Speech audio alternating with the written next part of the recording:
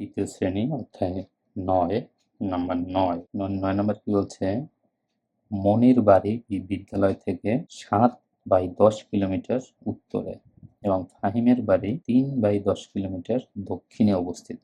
মনিরের বাড়ি থেকে ফাহিমের বাড়ির দূরত্ব কত? মনে করি এটা হলো বাড়ি, মনিরের বাড়ি, মনিরের বাড়ি, এটা হলো স্কুল, এটা হলো ফাহিমের বাড়ি, ফাহিমের বাড়ি, মাঝখানে স্কুল, এই একটা বাড়ি, এই একটা বাড়ি। স্কুল থেকে মনিরের বাড়ির দূরত্ব কত? ৭-১০ কিলোমিটার। স্কুল আর স্কুল থেকে তার বাড়ির দূরত্ব কত? ৩/১০ কিলোমিটার। এখন দুইজনের বাড়ির দূরত্ব কত? দুইজনের বাড়ির দূরত্ব যদি বলে তাহলে আমাদের যোগ করতে হবে।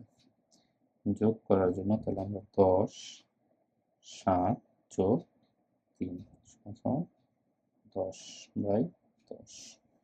১০-১০-এর ভিতরে যায় ১/১ কিলোমিটার। উত্তর ১ কিলোমিটার।